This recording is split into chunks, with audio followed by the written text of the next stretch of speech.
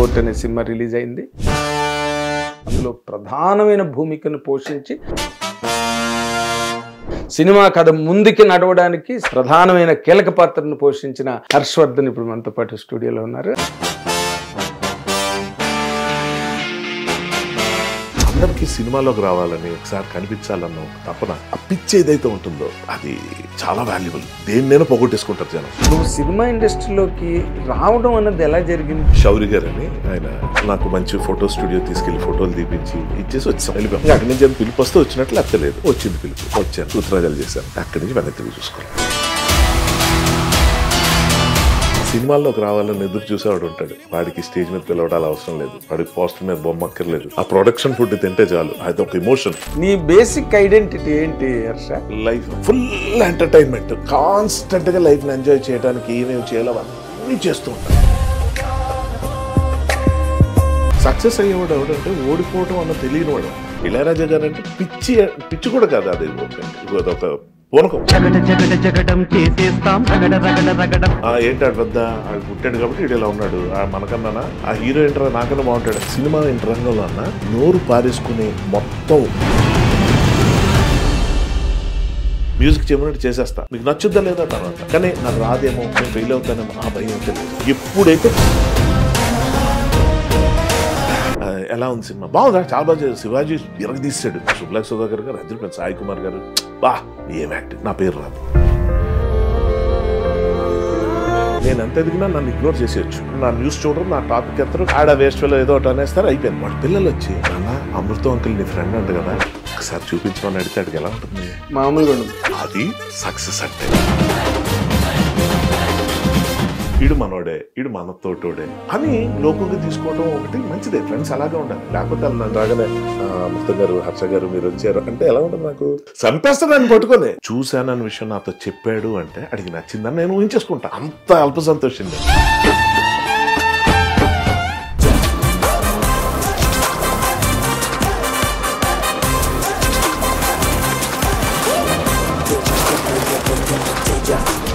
Hit TV అభిమాన ప్రేక్షకులకు స్వాగతం. నేను మీ Nagendra Kumar. Welcome to my special programme my special touch. Absolutely special touch. ఎందుకంటే ఇప్పుడు మనతో పాటు స్టూడియోలో ఉన్న గెస్ట్ బుల్లి తెర నటుడు, తర్వాత భారీ తెర నటుడు, తర్వాత భారీ చిత్రాల రచయిత, తర్వాత భారీ చిత్రాలలో బ్రహ్మాండమైన క్యారెక్టర్స్, అసలు ఎదురే లేకుండా అడ్డు ఆపు లేకుండా తన నట జీవన ప్రయాణం అప్రతిహతంగా నడుస్తున్న ఈ సందర్భంలో మేము నిన్ననే కోర్టు 3-4 రోజుల క్రితం కోర్ట్ అనే సినిమా రిలీజ్ అయింది.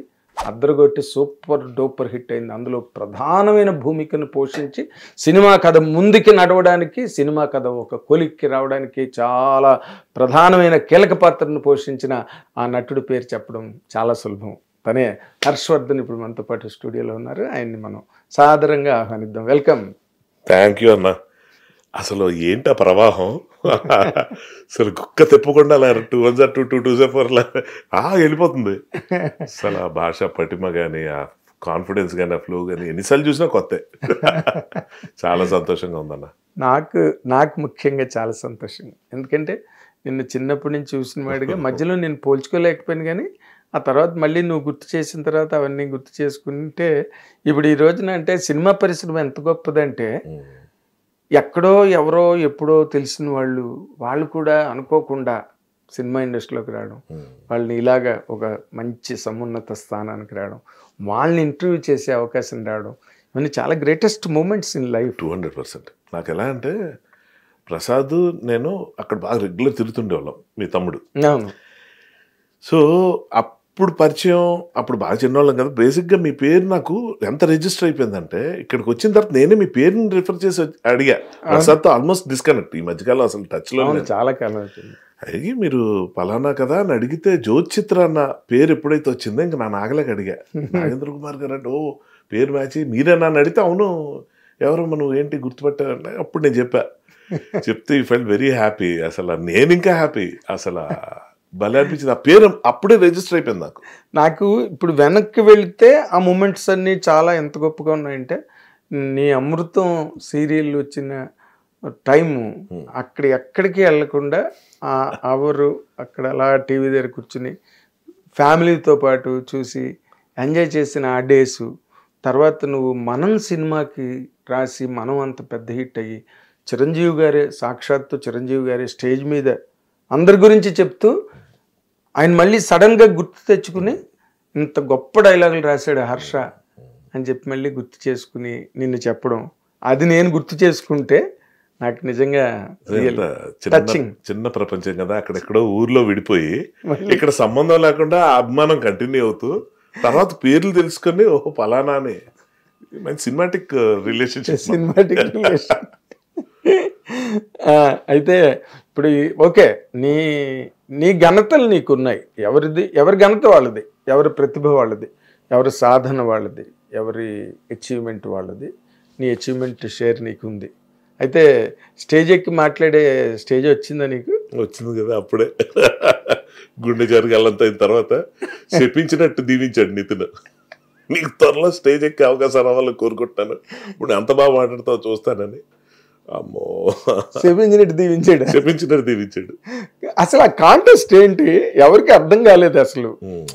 ఆ కాంటెస్ట్ అది ఏంటంటే బేసిక్గా రైటర్గా నేను ఎంటర్ అయ్యి డైలాగ్ రైటర్గా నితిన్కి నాకు మీద ముందు నుంచి కొంచెం గురి ఉంది, ఎందుకంటే ద్రోణ అనే సినిమాకి రాశా. సో తన మూవీస్లో ఆ టైంలో కొంచెం బ్యాడ్ ఫేజ్లో బాగా ఆడిన సినిమా అది. అది ఉండిపోయింది తన మైండ్లో. అలాగే ఇష్క్ టైంలో నన్ను పిలిచి కొంత వర్క్ చేయించాడు. అదే అంతా హార్డ్లో ఒక 10-15 సీన్స్ రాసి ఉంటా. విక్రమ్కి నితిన్కి ఇద్దరికి మంచి అభిప్రాయం ఏర్పడిపోయి నెక్స్ట్ మూవీ నీకు ఇస్తాం అన్నారు. సో ఆ విధంగా గుండెజారి వచ్చింది, హీరో తరపు నుంచి గుండెజారి గలంతైంది, డైరెక్టర్ నుంచి మనం వచ్చింది. ఇది ఫ్లాష్ బ్యాక్. సో గుండెజారి గలంతైంది వచ్చిన తర్వాత కథని మొత్తం ట్రీట్ చేసి స్క్రీన్ ప్లే రాసి డైలాగ్స్ రాసి అంతా చాలా ఫెంటాస్టిక్ ఎంకరేజ్మెంట్. నాకు నితిన్ లేకపోతే, సపోర్ట్ లేకపోతే 1% కూడా ముందుకెళ్ళేది కాదు. మోస్ట్ కాంప్లికేటెడ్ స్క్రిప్ట్ అన్నది, అంత చెప్పడం ఈజీ కాదు. మనం కాదు గుండెజారి గలంతైంది కూడా. ఆ గుండెజారి గలంతైన టైంలో బాగా అతని ఎంకరేజ్మెంట్తో మొత్తం సక్సెస్ఫుల్గా బ్లాక్ బస్టర్ హిట్ కొట్టాం. అవును. సో అప్పుడు మీ మీడియా అంతా అసలు నేను ఎవరికి తెలియదు, అమృతం అవన్నీ ఓకే, కానీ సినిమా పరంగా నాకు బాగా ఎంకరేజ్మెంట్ ఇచ్చి నా గురించి చాలా అద్భుతంగా రివ్యూలు రాశారు, నన్ను బాగా హైలైట్ చేశారు. అక్కడి నుంచి బ్రహ్మాండంగా వెళ్తుంది. సో ఆ సినిమా రిలీజ్కి ముందు ప్రీ రిలీజ్ ఫంక్షన్, అప్పుడు ప్రీ రిలీజ్ కాదు ఆడియో ఫంక్షన్స్ ఉండేవి. అంతే, ప్రీ రిలీజ్ ఏం లేదు. అప్పుడు ప్రీ రిలీజ్ అదే ఆడియో ఫంక్షన్కి పిలిస్తే ఆ రోజు నన్ను స్టేజ్ మీద పిలిచి మాట్లాడతాను. ఒక సీన్ షూట్ చేస్తున్నాం ఆ రోజు. యాక్చువల్గా పలానా టైంకి అయిపోవాలి, సాయంత్రంకి అయిపోవాలి, ఫంక్షన్ ఉందని అవలా. సో ఆ ఫంక్షన్ చేసుకొని మళ్ళీ ఇక్కడికి రావాలన్నది ఆ రోజు ఉన్న సిచ్యువేషన్. సరే ఏదైతే ఉందో గబగబా రెడీ అయిపోయి ఆడిటోరియంకి వెళ్ళి కూర్చున్నాను. అదే అక్కడ యాంకర్ పేర్లు చదువుతుంది. ఆ రోజు ఏం జరిగిందంటే జ్వాలగుత్త డాన్సర్గా చేసింది ఆవిడ, షటిల్ ప్లేయర్ గుత్తా జ్వాల. ఆమెతో పాటు హర్షవర్ధన్ రాణే అని ఒక హిందీలో హీరోగా బాగా సెటిల్ అయ్యాడు అతను. హర్షవర్ధన్ రాణే వచ్చాడు. వస్తే అది సర్ప్రైజ్ గెస్ట్ అనమాట. అతను వస్తే నితిన్కి మంచి ఫ్రెండ్స్ హక్ చేసుకున్నారు, అంత బాగానే ఉంది. స్టేజ్ మీద యాంకర్ పేర్లు చదువుతున్నప్పుడు వీళ్ళు రావాలి వాళ్ళు రావాలి హర్షవర్ధన్ అని పేరు చదివేటప్పుడు నేను ఇలా లేస్తుంటే ఈయన లేచాడు టక్కుని. ఆయన పేరు కూడా హర్షవర్ధన్ అవడం. సో ఆయన పిలిచారేమో అనుకుని ఆయన ఎక్కేసాడు స్టేజ్. నేను సరే ఆయన ఎక్కాడు కదా మళ్ళీ పిలిస్తే ఎక్కుదాం అని అనుకున్నా. యాంకర్ ఎవరైతే ఉన్నారో లిస్ట్ చదువుతారు, ఒక 10 పేర్లు ఒకేసారి పిలిచారు. అప్పటికే లేట్, ఎందుకంటే మేము షూటింగ్కి వెళ్ళాలి, సో తొందరగా చేసేద్దాం అని పేరున స్పీచ్లు అవేం లేవు అప్పుడు. సో ఇలా పిలిస్తే ఆ లిస్ట్ అంతా అయిపోయింది, నా పేరు మళ్ళీ రాలేదు. ఇప్పుడు ఆయన ఎక్కిన తర్వాత నేను ఎక్కడతో నాకు రకరకాల మొహమాటాలు, ఏం చేయాలో అర్థం కాలేదు. ఏంటని చెప్పి చూస్తే స్టేజ్ మీద ఉన్న వాళ్ళ పేర్లు అప్పుడు నితిన్ స్పీచ్ ఇస్తూ కనీసం అక్కడే నన్ను మిస్ చేస్తాడేమో, హర్ష ఏడి నేను వచ్చాడు చూశాను అని చెప్పి పిలిచి రా అని పిలుస్తాడు, నా గురించి చెప్తాడు ఏదో మంచి ముక్కలు. ఎందుకంటే అది హైలైట్ నాకు అది ఆ ప్రాజెక్ట్. ఎందుకంటే కేవలం ఫస్ట్ టైం రైటింగ్తో నేను ప్రూవ్ చేసుకున్న సినిమా. సో అది జరగల. స్టేజ్ మీద ఉన్న వాళ్ళందరినీ చూసి సార్ అది మేడం అని అందరి పేర్లు చెప్తున్నాడు. అక్కడ నేను లేను, నా గురించి చెప్పలా. చాలా మూల స్తంభాన్ని, నేను మూల విరాట్ని, రైటర్ని పక్కన ఈ టైంలోనూ కరెక్ట్గా ఉంటారు కదా. అంతేరా రైటర్లకి వాల్యూ ఉండదు, ఈ హీరోలు ఇంతే అన్నాడు. అలాగానే ఇంకా అని చెప్పి అందులోకి వెళ్ళిపోయి అక్కడి నుంచి హర్ట్ అయిపోయి బయటికి వెళ్ళిపోయి కట్ చేస్తే ఏంటంటే నితిన్ ఫోన్ చేశాడు. చేసి ఎక్కడున్నావు, షూటింగ్ రావాలి కదా అంటే నేను కొంచెం లేట్గా వస్తాను, నువ్వు వెళ్ళి పలానా ఇది కొంచెం చూసుకో అది ఇది. నేను వెళ్ళట్లేదు నితిన్, జట్ పీస్ ఏంటంటే హర్ట్ అయిపోయాను నేను, నన్ను పిలవలేదు నువ్వు. అదే నీ పేరు పిలిచారు కదా, హర్షవర్ధన్ రానే వచ్చాడు. అతనా ఓకే మరి నువ్వు రావాలి కదా అంటే యాంకర్ కానీ తెలుస్తుంది మనం ఇచ్చిన లిస్టులో హర్షవర్ధన్ అంటే పాప అతను అదే పేరు కాబట్టి వచ్చేసి ఉంటాడు వచ్చి అదే అది నువ్వు అర్థం చేసుకోలేదు నీ సినిమా కదా నీకు తెలియదా నువ్వు రావా అదే ఇంకా కమల్ హాసన్ బయటకు వచ్చి పర్ఫామ్ చేస్తుంటే సరే నువ్వు లొకేషన్ రా ముందు తర్వాత మాట్లాడదు లొకేషన్కి నేనేం ఎక్స్పెక్ట్ చేశానంటే అక్కడికి వెళ్తే అందరూ సారీ చెప్తాడులే అని చెప్పి వెళ్ళి నిల్చుంటే అప్పుడు మొదలు పెట్టాడు ఇప్పుడు యాంకర్ లిస్ట్లో పిలిచింది లిస్ట్ రాసుకున్నాను మనం ఇచ్చిన లిస్ట్లో ఉన్న వాళ్ళందరినీ పిలిచిందాం నువ్వు రాకపోతే నాకేంటి సంబంధం నువ్వు నా మీద అలగడంటే పోయాను అది నువ్వు స్టేజ్ మీద కూడా నా గురించి ఒక్క మాట కూడా అనలేదు అవునా సార్ స్టేజ్ మీద అక్కడ ఎవరిని మర్చిపోతాం ఎవరిదని చెప్పి అక్కడ బ్రెయిన్ పనిచేయదు మనకి అలా మెకానికల్గా వెళ్ళిపోతుంటాం బోల్డ్ అంత ప్రెషర్ ఉంటుంది ఆ టైంలో చెప్పాలి ఎవరి గురించి మిస్ అవ్వకూడదు అన్న దాంట్లో అక్కడ స్టేజ్ మీద పిలిచేదే అందుకు అలా చూసుకుంటూ ఒక్కొక్కరిని అడ్రస్ చేస్తాను నువ్వు కనబడిపోయి నన్ను ఏం చేయమంటావు అక్కడ నాకు తట్టలేదు అది అంతేలే అది ఏది అని చెప్పి నేనంటే అప్పుడు పీకేడు క్లాస్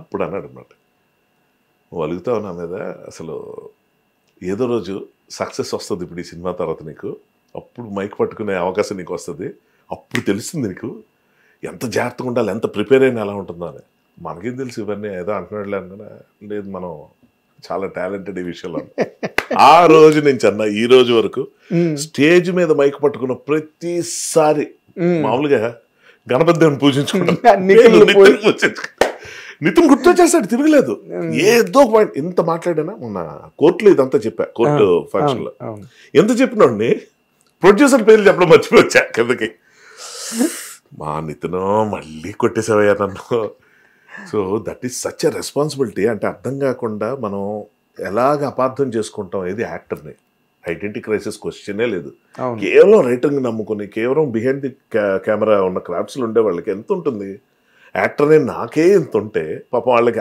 అది కూడా ఉండదే సో వాళ్ళ పెయిన్ ఎంత ఉంటుందని నాకు అర్థం చేసుకున్నాక నాకు కరెక్ట్ కాదు నేను అలా ఫీల్ అవ్వడం అని కన్ఫెషన్ అన్న చేసిన తప్పునే ఇప్పుడు ఎవరికి అది గుర్తులేదు నితిన్ గుర్తుంటుంది ఎందుకంటే అది అయింది కాబట్టి ఇప్పుడు మళ్ళీ అది లైవ్ లోకి వచ్చి ఎందుకు చెప్పానంటే ఆ టైంలో మన గబుక్కని ఫస్ట్ నేను కోర్టు సినిమాకి సంబంధించే చాలా మంచి రోజులు ఫ్రెండ్స్తో చెప్తా ఉంటే ఒకళ్ళిద్దరు ఫ్రెండ్స్ టీజర్ వచ్చిన తర్వాత ఏంట్రా టీజర్లు ఎక్కడ కనబడలేదు అన్నారు నాకు ఒక్కసారి అసలు ఆలోచనే లేదు నాకు అవును కదా అనిపించినా కూడా నా రోల్ ఏంటో నాకు తెలుసు ఇలాంటి మాటలకు మనం ఇన్ఫ్లుయెన్స్ అవ్వకూడదు వాడు శ్రేయోభిలాషలా చెప్పాడా పుల్లలు పెట్టని చెప్పాడా అది కాదు అది ఏ ఉద్దేశంతో వాడు చెప్పాడు తెలియదు కానీ ఇన్ఫ్లుయెన్స్ అవుతాం అప్పుడే అనుకున్నా వద్దురా బాబు గుర్రానికి కడతారు అలాగే మనం ఫోకస్డ్గా ఎటు ఉండాలి అటు ఉండాలి ఎందుకంటే ఎటువంటి మనస్పర్ధలైనా లేపచ్చు ఎటువంటి అపార్థాలకైనా దారి తీయచ్చు సో మనం అటువంటి వాటికి చలించకుండా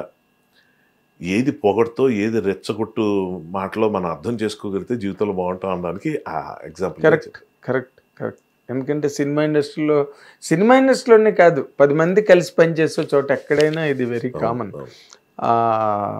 2 సందర్భాలు చిరంజీవి గారు అందుకే రచయితలకు హైయెస్ట్ రికార్డ్ ఇస్తారు అవును ఎవరింట్లోనో కలిసినప్పుడు అక్కడ పెద్ద సింహాసనం వేస్తే చిరంజీవి గారిని కూర్చోమన్నారంట అందులో కూర్చోమంటే సత్యానంద్ గారిని కూర్చోబెట్టారు కదా రచయితే నిజమైన రాజు నిజమైన కింగ్ తర్వాత మనందరం అని చెప్పి ఆయన అలాగే జగదేకుడు అతిలోక సుందరి 200 days ఫంక్షన్ జరుగుతున్నప్పుడు అందరినీ స్టేజ్ మీదకి పిలిచి కోదండరామరెడ్డి గారిని మర్చిపోయారు మళ్ళీ చిరంజీవి గారు ప్రత్యేకంగా చైర్లోంచి బయటకు వచ్చి మైక్ ముందుకు వచ్చి నాతో ఎన్నో హిట్లు ఇచ్చిన కోదండరామరెడ్డి గారిని స్టేజ్ మీదకి ఆహ్వానిస్తున్నానని పిలిచారు ఆయన ఈ సందర్భాలు చాలా జరుగుతుంటాయి ఇది చాలా పెద్ద ప్రెషర్ నేను నోటీస్ చేశాను ప్రొడ్యూసరు డైరెక్టరు హీరో వీళ్ళు ముగ్గురికి బాధ్యత అందులో స్టార్ హీరో అంటే అతనిదే బాధ్యత అవును అందరినీ పేరున గుర్తుపెట్టుకొని ఇప్పుడు అక్కడ సందర్భం కుదిరింది కాబట్టి రైటర్కి ఇవ్వాల్సిన గౌరవాన్ని ఇచ్చారు గౌరవం దక్కని ఎన్ని మూల స్తంభాలు ఉంటాయి ఎంతమంది ఉంటారు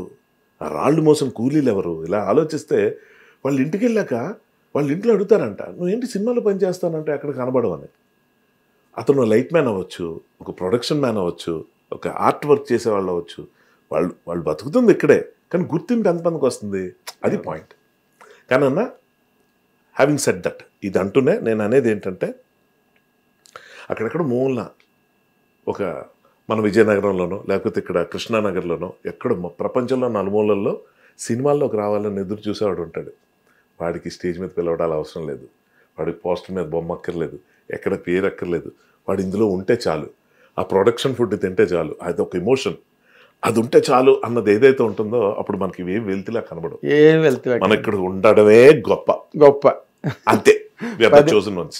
ఎస్ 10 మందిలో మనం అందరితోని కలిసి తిరగగలుగుతున్నాం అన్నదే ఇక్కడ చాలా గొప్ప యోగం. కరెక్ట్. ఇంకా తర్వాత అదృష్టాలు ఎవరి స్థాయికి వాళ్ళు వెళ్తారు. అదంతా అంటే ఆర్టిస్టులకు ఉన్న మహాద్భుతమైన వరం ఏంటంటే ఒక చిన్న ఛానల్లో ఒక చిన్న షార్ట్ ఫిల్మ్ లో కనిపించిన బయట గుర్తుపడతారు. ప్రేక్షకులకు అంత ఇష్టం ఉన్నట్లంటే స్క్రీన్ మ్యాజిక్.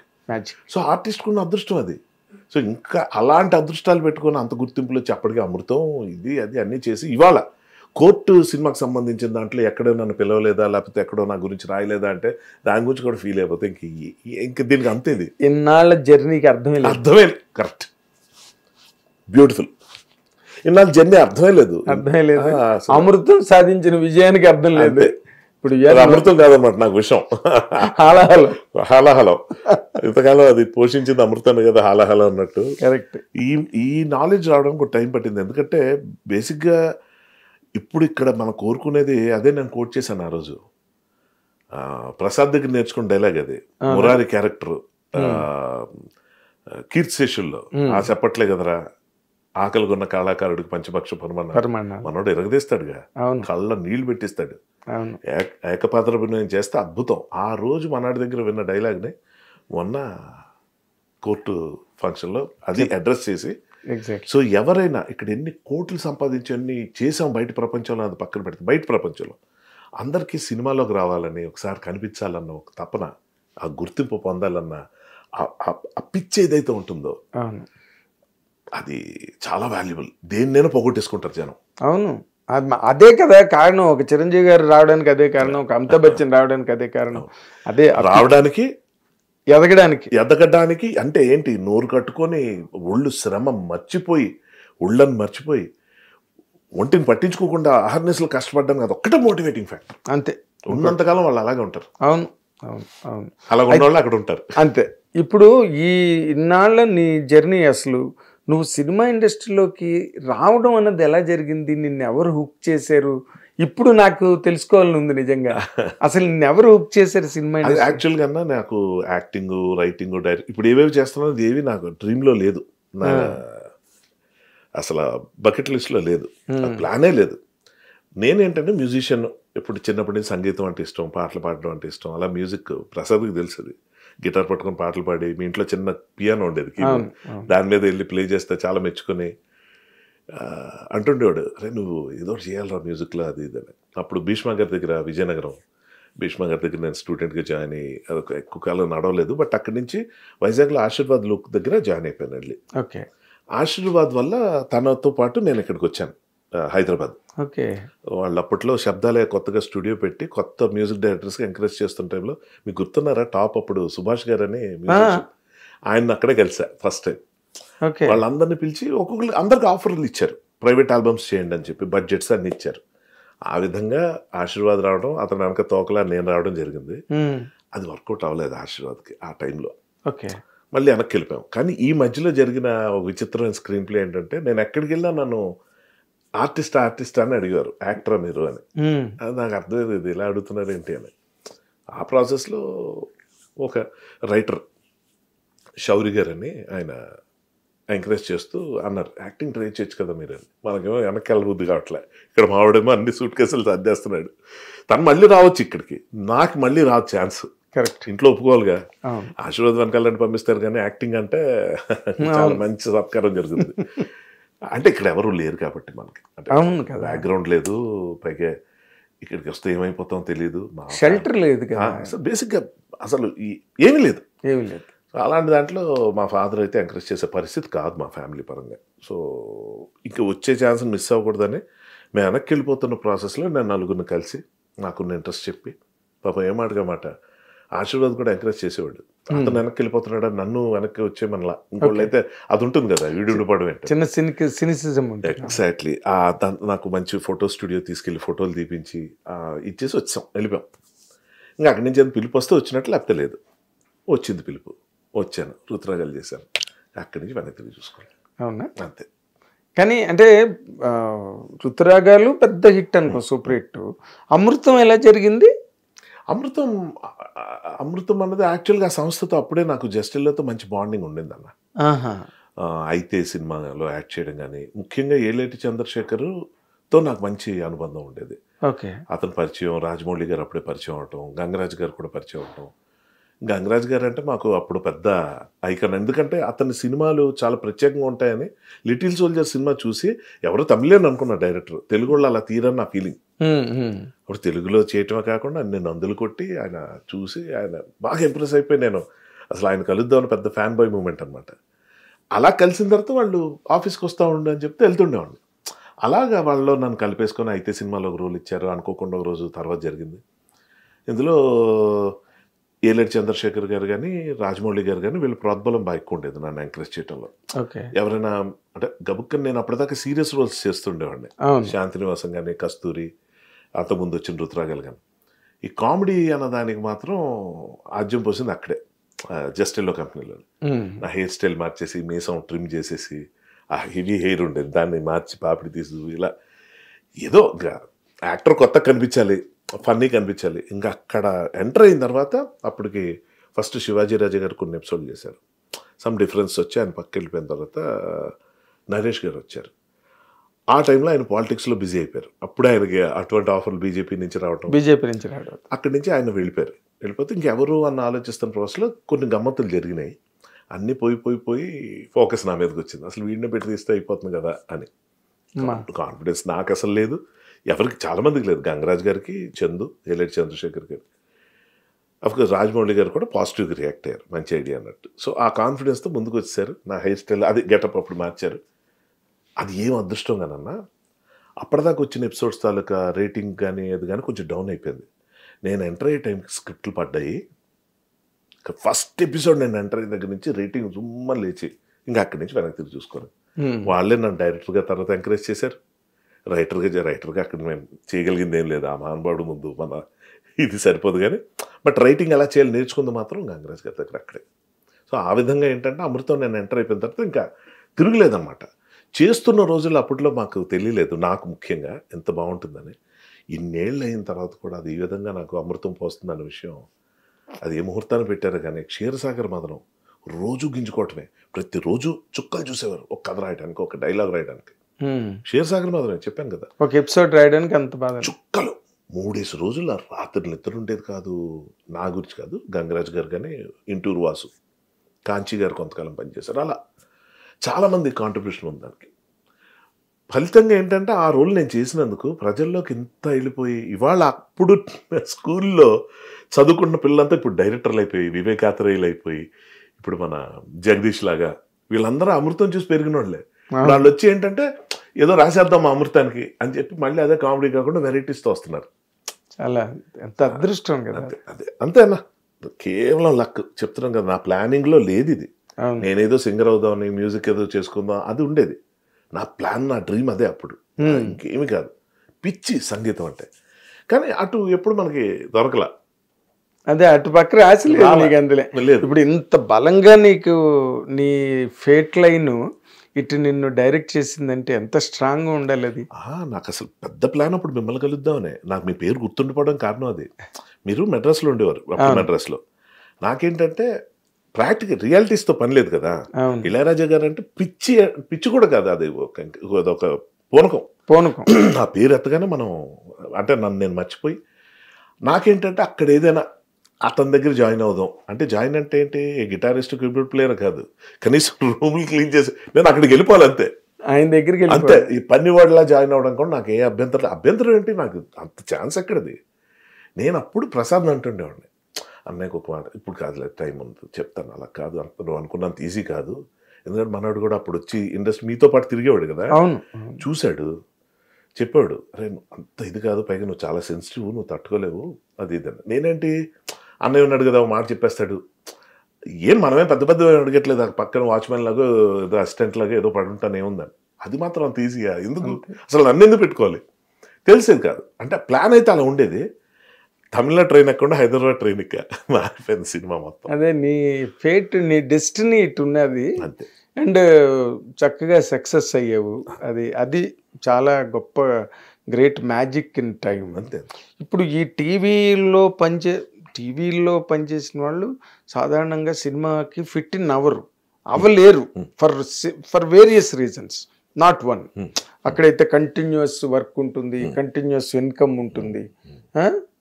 ఒక చోటసారి ఒక సీరియల్లో బుక్ అయితే వాళ్ళు అంత ఈజీగా వదిలి రాలేరు బయటికి, ఎందుకంటే that's all related to income, revenue, everything, and commitment also right.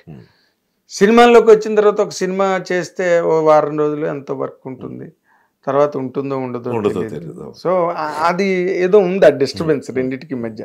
But how could you manage this two అన్నది అసలు లక్. నన్ను మళ్ళీ చెప్తున్నాను, అంటే ఏది ప్లాన్డ్ కాదు. లక్ అంటే నా ఉద్దేశం ఏంటంటే నేను వెళ్ళి ప్రయత్నం చేసి నాకు ఇది కావాలి ఏమైనా ఇస్తారా అని అడిగిన దాఖలా నా కెరియర్ మొత్తంలో ఎక్కడా లేవు. దానికి కారణం ఏంటంటే నాకు వచ్చేవి ఆపర్చునిటీస్, ఏదొచ్చినా చేసేవాడిని. అది పాయింట్. నాకు అంటే యాక్టింగ్ అన్నది నేను చేయగలనని చేయలే, నువ్వు చేయొచ్చు కదా అంటే ఓకే అనేసేవాడిని. అలాగే నన్ను ఎవరైనా నువ్వు ఫైట్లు కూడా చేయొచ్చు కదా ఫైట్ మాస్టర్ కంటే చేసేవాడినేమో. అంటే నాకు నో చెప్పడం తెలియదు, ఉండిపోవాలి ఇక్కడ, అంతే, రాదు నేర్చేసుకుందాం అంటే ఎంత నేర్చుకుంటే ఎలా అవుతుంది అది నాకు తెలియదు. అంటే తర్వాత ఏదో ఒక స్క్రిప్ట్లో రాసుకున్న డైలాగ్ అది, సక్సెస్ అయ్యేవాడు ఎవడంటే ఓడిపోవడం అన్న తెలియనివాడంట, తెలియకపోవడం. అది తెలీదు, నేను ఇది చేయలేను అని తెలియకూడదు. అది ఎప్పుడైతే అజ్ఞానంతో ఉండేవాడో బ్రహ్మాండంగా ఉండేదన్న. అప్పుడు ఎలా అంటే నెలకి 40 రోజులు పనిచేసేవాడిని షిఫ్ట్లతో కలుపుకుంటే. అర్థమైంది. అంటే ఏంటంటే ఏదడితే అది ఏదో మాటల్లో ఎప్పుడో ఒకసారి ఒక చిన్న టాపిక్ వచ్చి మంజులా నాయుడు గారు మేడం ఏదో మాటల్లో నేను ఏదో విమర్శించా పలానా సీన్ని, అమ్మాయిలు ఎవరైనా ఇక్కడ మాట్లాడుకుంటారో ఏంటో అని. నా ఉద్దేశం ఏంటి, ఆ రైటర్ ఏదో రాశాడు నచ్చలేదు, ఇవి ముందు ఒకసారి నోరు జారా, అది ఆవిడ రాశారన్న విషయం నాకు తెలియదు. శృతి అక్కడ ఉన్నారు, యాక్టర్ శృతి, అదే నాగమణి గారి అమ్మాయి కదా. ఒక్కసారి చూసింది, ఆ చూపుతో నాకు అర్థమైపోయింది, అమ్మో అని చెప్పి నేను వెంటనే కవర్ చేయడం చూసా. అంటే నా ఉద్దేశం ఏంటంటే అండి అదేదండి, అమ్మాయిలు ఎలా మాట్లాడుకుంటారు నీకు తెలుసా అని చెప్పి అడిగారు. అడిగితే మరి ఎలా కమిట్ అయిపోయాం కదా అనేసాం కదా అని చెప్పి, మేడం నా ఉద్దేశం ఏంటంటే మా అమ్మ సైడ్ కానీ మా నాన్నగారి సైడ్ కానీ మా ఇంట్లో ఆడపిల్లలు చాలా ఎక్కువ అండి, వాళ్ళ మధ్య నేను ఎక్కువ ఉంటాను. సో డిఫరెంట్ ఏజ్ గ్రూప్స్ మా ఇళ్ళలో ఏమైనా పండుగలు పబ్బాలు అయితే అందరు గ్యాదర్ అయినప్పుడు మగవాళ్ళు 3-4 ఉన్నాం, అది ఎవరిదాన్ని వాళ్ళు ఆడుకుంటు, నేను మాత్రం ఎక్కువ వెళ్తూ ఉండేవాడిని, కజిన్స్తో ఎక్కువ అమ్మాయిలతో ఉండేవాడిని. సో నాకు మోరార్లెస్ ఆ ఇన్ఫర్మేషన్ ఉంది, లైక్ ఇది ఆ ఉద్దేశంతో అన్నాను కాబట్టి. ఇంకోటి లేదు చాలా పెద్ద మాట అన్నావు నువ్వు, సరే ఒక పని చేద్దాం ఒకసారి రా ఈ సీన్ నువ్వు. మామూలుగా అయితే ఎవరైనా కొంచెం అది తెలివితేటలు అనాలా లౌక్యం అనాలా ఏదైనా అంటే వాళ్ళు ఇంకోళ్ళు అయితే ఏంటంటే అలా వద్దండి నేను రాయను ఊరుకోండి నేను రాయను, నేను అలాగే రాస్తాను అన్న. రాయి సీన్ ఆపేశారండి లిటరల్గా. ఇంకా చూస్తే నాకు నిజంగా బాగా రాయొచ్చు అనిపించింది. శృతి ఆ రోజు పీకిందండి క్లాస్, నన్ను నీకు బుద్ధి ఉందా, నువ్వు ఏం చేసావో తెలుసా, ఆవిడికి ఒక మామూలుగా ఎవరికైనా డైరెక్టరు ఒక లేడీ డైరెక్టర్ అంటే ఈగో స్పీక్స్లో ఉంటాయి. అందులో మంజులా అంటే మేడం ఎలా అంటే ఆవిడ అసలు చాలా సీరియస్, ఆవిడంటే భయం అందరికి. అలాంటిది నేనేం తప్పనలేదు శృతి, నాకు అనిపించింది చెప్పాను. ఆమె పాయింట్ రైట్ అనుకుంటే నన్ను ఇగ్నోర్ చేసేయచ్చు కదా, వ్యాపారం నీకేం తెలుసు అంటే అయిపోయింది. ఒకసారి రాసి తీసుకురావడంలో ఆవిడ తాలూకు మంచిదనం నాకు అనిపించింది. ఏమో నాలో ఇది కూడా ఎక్స్ప్లోర్ అవుతుందేమో చూద్దాం అంటే, శృతి ఏంటంటే ఈ అమాయకత్వాన్ని మెచ్చుకోవాలా లేకపోతే తిట్టుకోవాలా అర్థం కాని విధంగా ఒక లుక్ అయితే ఆమె ఇచ్చింది. అంటే ఏంటి, పూర్తిగా ద్వేషం లేదు, సరే ట్రై చేయి అన్నది కూడా డైరెక్ట్గా లేదు, మధ్యస్థంగా ఆపేసింది అనమాట శృతి. ఆమెకి ఏంటంటే వీడికి తెలీదు, అనవసరంగా బాగాడు, ఇంకా అయిపోయింది ఎక్కడితో. ఆవిడ కానీ సీరియస్ తీసుకుంటే వీడికి ఇక్కడ దిక్కు దేవనం లేదు, ఎందుకంటే నాకు అన్నం పెడుతున్న సంస్థ అది. అవును, తెల్లార్లు కూర్చొని రాశాను అన్న. రాత్రి ఇంటికి 11 గంటలకు వెళ్ళాను. ఇంకా సీరియల్స్ అని తెలుసు కదా ఎంత లేట్ అవుద్దు. నిద్ర రావట్లేదు నాకు, నిద్ర పోకుండా రాయలే, నిద్ర రావట్లేదు కాబట్టి రాశా. అంత నచ్చింది ఆఫర్ నాకు. ఇష్టానుసారంగా రాసి ఒక 8 పేజీలు రాసి దాన్ని మళ్ళీ 5 పేజీలు కుదించి 3 పేజీలు కుదించి పొద్దున్న నీట్గా ఫెయిర్ చేసి తీసుకుని వెళ్ళిస్తే ఒక చిన్న చర్చ అయింది భార్యాభర్తల మధ్యలో. ఆ సీన్ చూసి ఆవిడ సైలెంట్గా వెళ్ళిపోయి ఆ హస్బెండ్తో ఏదో డిస్కస్ చేశారు. ఇది చాలా సినిమాటిక్ లైఫ్ స్టైల్ కాబట్టి మనమే అర్థమవుతుంది ఇక్కడ మంచి రీ రికార్డింగ్ స్టార్ట్ అవ్వబోతుందని. అనుకున్నట్టే పిలిచారు, చాలా బాగా రాసావు, రాస్తావా సీరియల్ మొత్తం అని అడిగారు. అలాగేనండి అని చెప్పి కస్తూరి అప్పటిదా చేసిన వాటిలో కూడా స్క్రీన్ ప్లే అది మార్చుకుంటూ వచ్చి వండర్ఫుల్ టేక్ ఆఫ్ అది. అలాగే అందులో మ్యూజిక్ చేసే ఛాన్స్ కూడా, నా మ్యూజిషియన్ ఇలా చెప్పా. ఒకసారి ట్రై చేస్తావు టైటిల్ సాంగ్ అన్నారు. సరే అని చెప్పి లిరిక్స్ ఏమి లేవు, కస్తూరి అన్నదాన్ని 4 రకాలుగా స్వరపరిచి అప్పటికప్పుడు చేసి ఒక 5 నిమిషాలు 10 నిమిషాలు చెప్తే బాగుంది. అంటే ఏదైనా జరగాల్సి ఉంటే అన్న ఇంత సింపుల్గా జరుగుతాయి. మన సినిమా చూపించినట్టు అంటే మనం డ్రమటైజ్ చేసి చూపిస్తాం కదా, చెమట వచ్చి ఇంత చేసి అంత చేసి ఉన్నాయి. అవి కూడా ఏంటంటే కొన్ని జరగాల్సి ఉంటే జరిగిపోతాయి అంతే. అంతే మనం అంటే అది మనస్ఫూర్తి కోరుకోవాలా, దాన్ని సంకల్పం అనాలా, పిచ్చి అనాలా. నేనేంటంటే నో అయితే చెప్పకూడదు, మీరు ఏదైనా అడిగితే చేస్తా అంతే. ఫిజికల్గా నాకు కొన్ని భయాలు ఉంటాయి, వర్టికోనే డాబా మీద టెర్రస్ మీద పరిగెట్టమంటే పరిగెట్టలేదు, నిల్చోలేను కూడా. ఈ మాత్రం హైట్లో నన్ను నిల్చోబెడితే కళ్ళు తిరుగుతూ ఉంటాయి నాకు, వర్టికో. అలాంటి కొన్ని లిమిటేషన్స్ ఉన్నాయి. కానీ క్రియేటివ్ సైడ్ మీ ఇష్టం, ఓ పాట రాయమంటే రాసేస్తాను, మీకు నచ్చుద్దా లేదా తర్వాత, మ్యూజిక్ చేయమన్నట్టు చేసేస్తా, మీకు నచ్చుద్దా లేదా తర్వాత. కానీ నాకు రాదేమో, నేను ఫెయిల్ అవుతానేమో ఆ భయం అయితే లేదు. ఎప్పుడైతే క్యాలిక్యులేషన్ స్టార్ట్ అయ్యిందో అక్కడి నుంచి ఫెయిల్యూర్ కనిపిస్తుంది. స్పీడ్ తగ్గిపోయింది బాగా, 100 కిలోమీటర్ల స్పీడ్లో వెళ్ళాను, 10కి వచ్చాను. ఆచితూచి అడుగేయడం అనమాట. జాగ్రత్తగా వెళ్దాం, ఫెయిల్ అవ్వకూడదు. అమ్మో మనకి ఎంత వచ్చేసింది, ఇప్పుడు గుండె జరగాలంతా ఎంతో. నెక్స్ట్ మనం వచ్చింది, బ్లాక్ బస్టర్ రైటర్ అయిపోయాను, రెమ్యునరేషన్ అసలు కనీ విని ఎరుగనంత వచ్చేసింది, మార్కెట్లో మామూలుగా లేదు, చాలా జాగ్రత్తగా. ఏమైంది, ఏమీ చేయలే చెప్తున్నా. తర్వాత వచ్చినవన్నీ డిస్టర్బ్ అయిపోయి చాలా రీజన్స్ ఉన్నాయి. నా తరపు నుంచి ఏంటంటే దూకుడిపోయింది, పోయి కొంచెం నిదానంగా చేద్దాం అన్న దాంట్లో ఓకే ఇది కూడా మంచిగా జరిగిందేమో నాకు తెలీదు. నేను అనేది ఏంటంటే మన చేతుల్లో లేని దాన్ని వచ్చినట్టు తీసుకొని ఎంజాయ్ చేస్తూ లైఫ్ని లీడ్ చేయడం అనేది పెట్టుకున్నాను కాబట్టి ఇలాగ వెళ్తుంది బండి అంతే. అదే సింపుల్గా వెళ్తున్నాం. అంటే వెన్ ఇంగ్లీష్లో ఒక సేయింగ్ ఉందిలే, when time is good every kick is a goal అన్నట్టు. ఎగ్జాక్ట్లీ. నేను ఇందులో మాత్రం ఇది నేను యాక్చువల్గా జాతకాలను అయితే అస్సలు నమ్మను, క్వశ్చనే లేదు. రాళ్ళు రప్పల్ని నమ్మను, హోమాలని యోగాలను నమ్మను. నేను దేవుణ్ణి నమ్మే తీరు నాది వేరే ఉంది అంతే. శాస్త్రోక్తంగా ఇది చేస్తే నీకు మంచి జరుగుతుంది, నేను ఆ టర్మ్స్ దేవుడితో పెట్టుకోదలుచుకోవాలి. నాకు దేవుడు ఆల్రెడీ చాలా ఇచ్చాడు, మనస్ఫూర్తిగా చెప్తా. ఈ నిమిషాన్ని ఆయన నన్ను పట్టించుకోపోయినా నాకు ప్రాబ్లం ఏం లేదు. నేను దేవుడి గురించి ఆలోచిస్తే ఇంత ఆలోచిస్తా. నాకు దేవుడితో ఏదైనా టర్మ్ ఉందంటే ఒకటి ఉంది, థ్యాంక్ఫుల్నెస్, గ్రాటిట్యూడ్, కృతజ్ఞతా భావం తప్ప నాకెందుకు ఇది ఇవ్వలేదు, ఎందుకు ఇది చేయలేదని పొరపాటును కూడా నేను దేవుడిని అడగను, నో మ్యాటర్ వాట్ ఫ్యూచర్ ఎలా ఉన్నా కూడా. ఎందుకంటే ఎక్కడ నేను మీకు తెలియదు ఏంటి, ఆ ఊరి నుంచి ఇక్కడ దగ్గర రావడానికి టాలెంట్లు లేవా అక్కడ? ఎంతమంది లేరు అసలు, ఎలాంటి టాలెంట్ ఉన్న వాళ్ళు ఉన్నారు, ఎలాంటి టాలెంట్లు ఉన్నాయి అక్కడ. సంపత్ కుమార్ గారి గురించి చెప్తున్నా. కమల్ హాసన్ గారు, విశ్వనాథ్ గారు వచ్చి ఆంధ్ర జాలరీ డాన్స్ నేర్చుకుని వెళ్ళారు. ఆయన ఎప్పుడు కొరియోగ్రాఫర్ అయిపోవాలిగా కదా అన్న. ఇది నాకు అర్థం కాని టాపిక్. చాలా మంది ఏమంటారంటే ఆయన ప్రయత్నం చేయలేదు, ఆయనకి ఇది లేదు, లేకపోతే ఏంటి అక్కడ ఉన్న ఎంకరేజ్మెంట్ సరిగ్గా ఉండదు. అరే ఇవన్నీ ఆలోచిస్తేనే అక్కడికి వెళ్ళాం. ఇప్పుడు టాపిక్ వచ్చింది కాదు చెప్తున్నా. విజయనగరంలో ప్రభాకర్ రమేశ్వర్ అని ఒక టీచర్, పర్చూర్ బ్రదర్స్ మన రఘుబాబు పరిషత్ స్క్రూట్నీకి వెళ్ళి ఆ స్క్రూట్నీలో అతన్ని చూసి నాకు హైదరాబాద్ వచ్చి చెప్పారు, ఏం వాయిస్ అయ్యా ఒక వాయిస్ అని చెప్పి. మా చిన్నప్పుడు మేము అతని నాటకాలు చూసేవాళ్ళం. మనం జగ్గయ్య వాయిస్ గొప్పగా చెప్పుకుంటాం కదా, జగ్గయ్య గారి వాయిస్, దానికి ఒక 100 ఇంతలు గొప్ప వాయిస్, ఒక 100 ఇంతలు అక్కడే ఉండిపోయాడు ఆయన. ఇప్పుడు ఆయన పేరుని పరిషత్తులు చేస్తున్నారు, చేస్తున్నారు. గొప్ప అందగాడు, గొప్ప నటుడు, గొప్ప వాయిస్. మరి ఆయన సినిమా ఇండస్ట్రీకి వెళ్ళి సక్సెస్ అవ్వలేక వచ్చేసాడు వెనక్కి. అంటే అదే చాలా ఫ్యాక్టర్స్ ఉంటాయి, నేను ఎన్నో ఉంటాయి. దానిలో మీరు ఇలాగ ఒక ఒడ్డుకు రాగలగడం అన్నది మాత్రం ఇట్స్ కేవలం డెస్టినీ అంతే. నేను అందుకే నేను ఏది సీరియస్గా తీసుకున్నా. ఒకటి ఏంటంటే దేవుడిని నేను ఎందుకు పట్టించుకోనంటే దేవుడు నన్ను చాలా పట్టించుకున్నాడు కాబట్టి. ఇంకా పోయి నేను ఇస్తున్న వాళ్ళని అడిగితే మాత్రం కాలిపోద్ది నాకైతే. నేను ఎవరికైనా నేను ఇచ్చేటప్పుడు అంటే ఇది గొప్ప కోసం చెప్పుకోవట్లేదు, కష్టం తెలిసిన మనిషిగా నేను ఒక మనిషితో జీతం మాట్లాడుకుంటే ఆ జీతం కన్నా చాలా ఎక్కువ డబ్బులు ఆ మనిషికి వెళ్తాయి.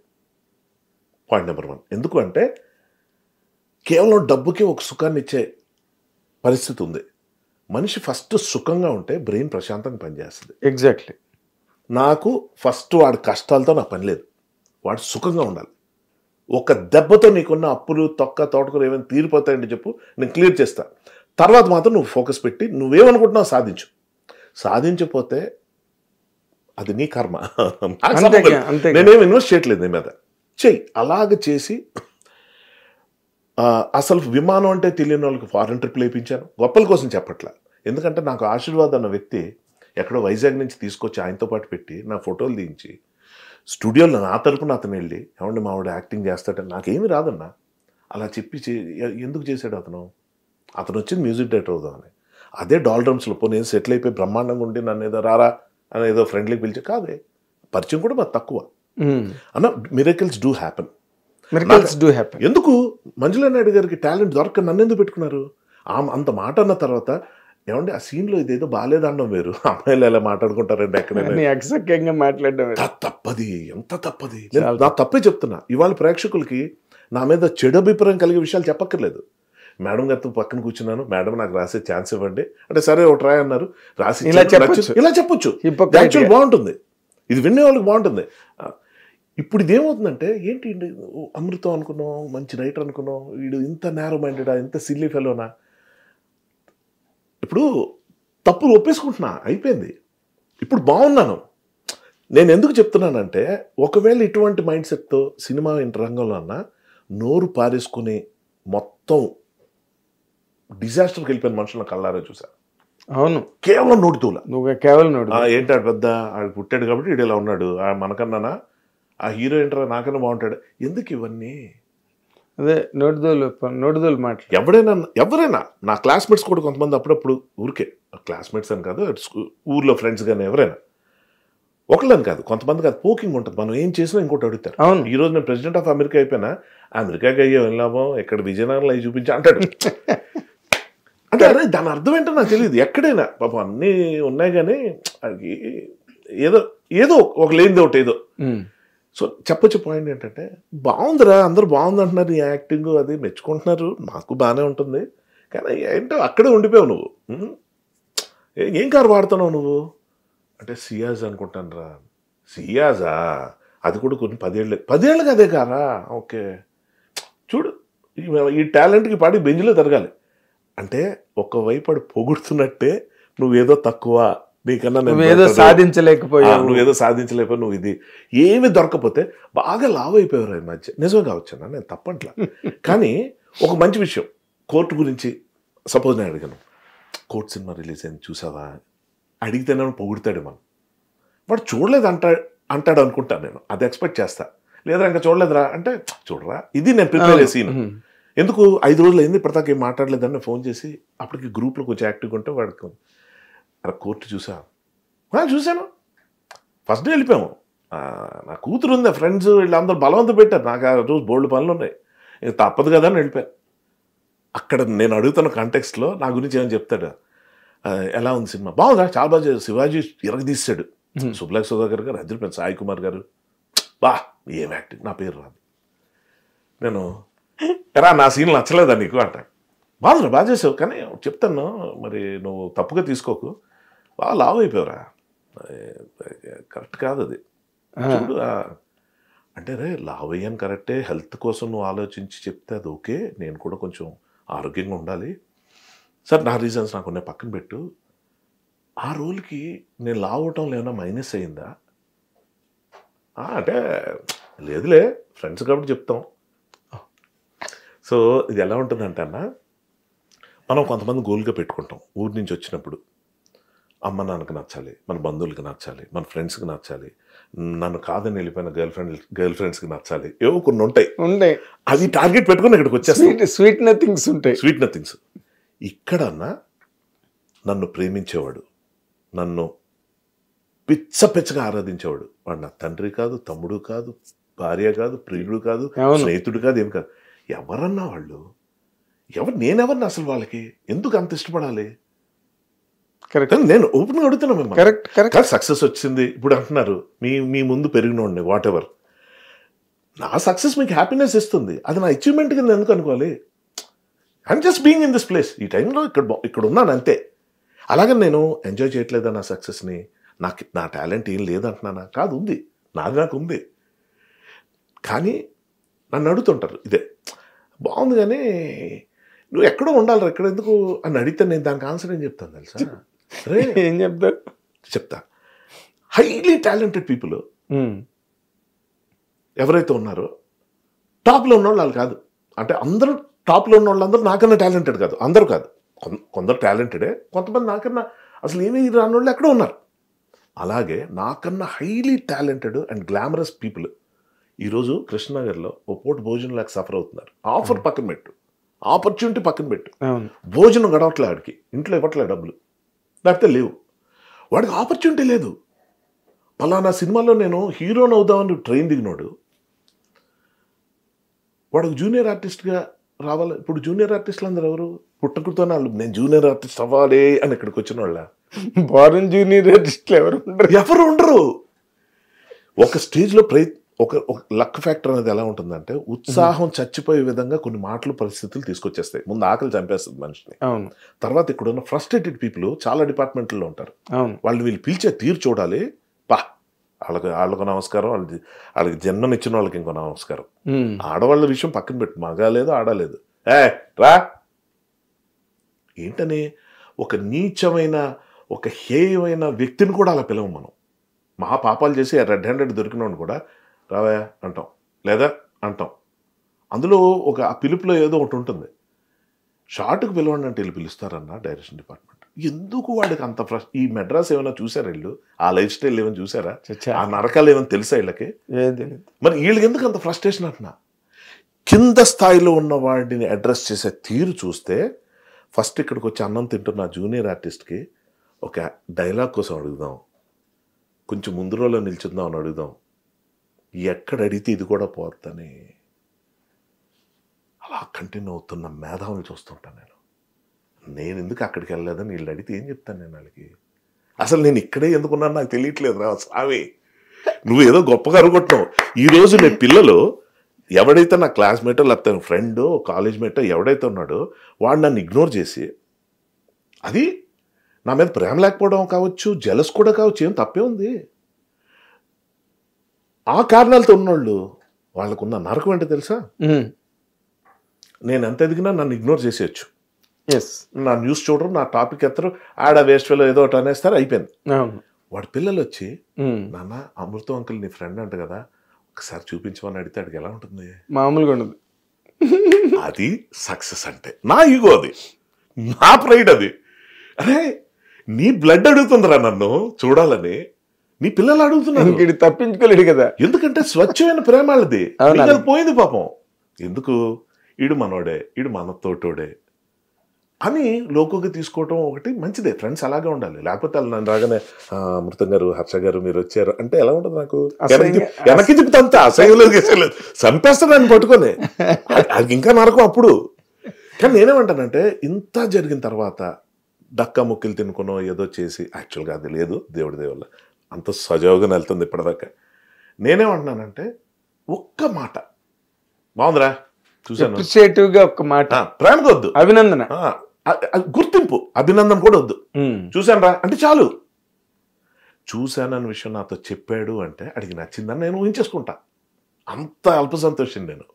ఆ ఒక్క మాట నేను అడిగితే తప్ప చూశానని చెప్పకుండా, చూశానని చెప్పిన తర్వాత అందరిని పొగుడుతూ నన్ను పొగడకుండా, ఏదైనా ఒక సినిమా పోస్టర్ పెడతా ఇలా యాక్ట్ చేస్తున్నాను, all the best to you and your entire team. Entire team నీకు తెలుసా? ఎవరో తెలుసు నీకు? సైకలాజికల్ అబ్జర్వేషన్ ఇది. కలిపేయాలి అందరినీ, అందరితో నన్ను కలిపేయాలి అక్కడ. అంతే. అంటే యూ అండ్ యువర్ టీమ్. ఏంట్రా టీము అంటే ఇదేదో పెద్ద చాలా అందరినీ మెచ్చుకుంటే. కానీ ఇవన్నీ వండర్ఫుల్ టాపిక్స్. ఇవన్నీ ఇవి చిన్న చిన్న నాలాంటి అల్ప సంతోషాలకి న్యూయెన్సెస్ ఇవన్నీ ఎంత బాగుంటాయో. అంటే నువ్వు ఇందాక చెప్పిన దానికి కూడా ఇంగ్లీష్లో సేయింగ్ ఉంది, all the wise may not prosper and all the prospered need not be wise అని. How true, how true.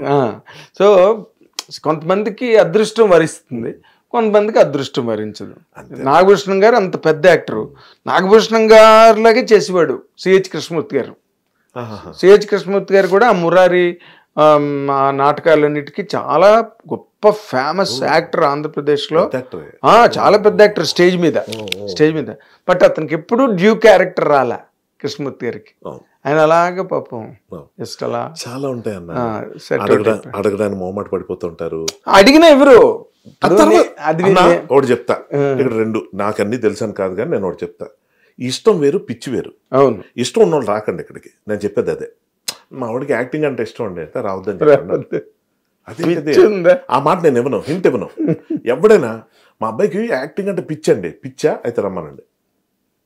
ఎందుకంటే this hell lot of difference between this two. అవును, కరెక్ట్ కరెక్ట్ కరెక్ట్. ఇష్టం వేరు, పిచ్చి వేరు. నేను దీనికోసం త్యాగం చేసేస్తా, నా లైఫ్ మొత్తం సాక్రిఫైస్ చేస్తా, ఇల్లు వాకిలి వదిలేస్తా, పిల్లల్ని వదిలేస్తా, పెళ్లి కానివాడైతే పెళ్లి చేసుకోను, ఇంత పెద్ద నిర్ణయాలు తీసుకొని ఇక్కడికి వస్తే తప్ప ఈ 5,000 నోట్లోకి వెళ్ళవన్న విషయం చాలా మందికి తెలియదు. కరెక్ట్. అందిన తర్వాత అందందరాక్ష పులిపెలాగో అందిన బంగారం ఎత్తడి. ఇష్టం వచ్చినట్టు మాట్లాడతారు ఇక్కడికి వచ్చిన చాలా మంది. మనం పుట్టామండి దీనికోసం. నేను ఇవాళ ఇక్కడ ఉన్నా అంటే నాకు రాసిపెట్టి ఉంది. మా ఇదంతా ఇక్కడ ఇంకా పనికి మళ్ళీ వాళ్ళందరూ వచ్చారు కానీ మనం అక్కడ ఉండాలి. సరే, ఏంట్రా నీ బాధ? నువ్వు వాళ్ళని మెచ్చుకోవు, వీళ్ళని జాలిపడవు, నీ పొజిషన్ కూడా నువ్వు ఎంజాయ్ చేయకపోతే ఇంకా ఏం పీకేద్దామని ఎప్పుడు తెలుస్తుందో తెలుసా? ఇది పడిపోతున్నారు, ఇది ఇక్కడి నుంచి పడిపోతారు కదా, ఇదా మనం మిస్ అయ్యాం. అమ్మా ఉంటుందన్నా.